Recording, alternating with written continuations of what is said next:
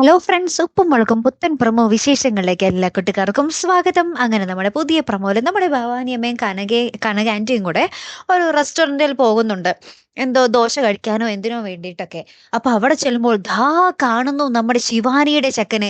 നമ്മുടെ ഭവാനിയമ്മ പണ്ട് സ്വപ്നം കണ്ടാർന്നില്ലേ, നമ്മുടെ ശിവാനിയും ഒരു ചെക്കനും തമ്മിൽ ഇങ്ങനെ മോതിരമാറ്റവും ആ ഒരു എൻഗേജ്മെന്റ് ഒക്കെ നടക്കുന്ന ആ ഒരു സ്വപ്നം നമ്മൾ കണ്ടിരുന്നു. അതിന്റെ ഇടയിൽ ഷിബു വന്നിങ്ങനെ അലങ്കോലമൊക്കെ ഉണ്ടാക്കുന്നത്. ആ സ്വപ്നത്തിലെ സെയിം ചെക്കനെ നമ്മുടെ ഭവാനിയമ്മ ആ ഒരു റെസ്റ്റോറന്റിൽ വെച്ച് കാണുക കേട്ടോ.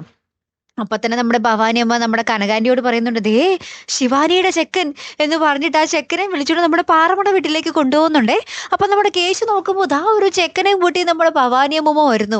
അപ്പൊ നമ്മുടെ കേശു ഇങ്ങനെ ചോദിക്കുമ്പോൾ നമ്മുടെ ഭവാനിയമ്മ പറയുന്നുണ്ട്, എടാ ചില സ്വപ്നമൊക്കെ നടക്കും, അതൊക്കെ ഓരോ നിമിത്തങ്ങളാടാ.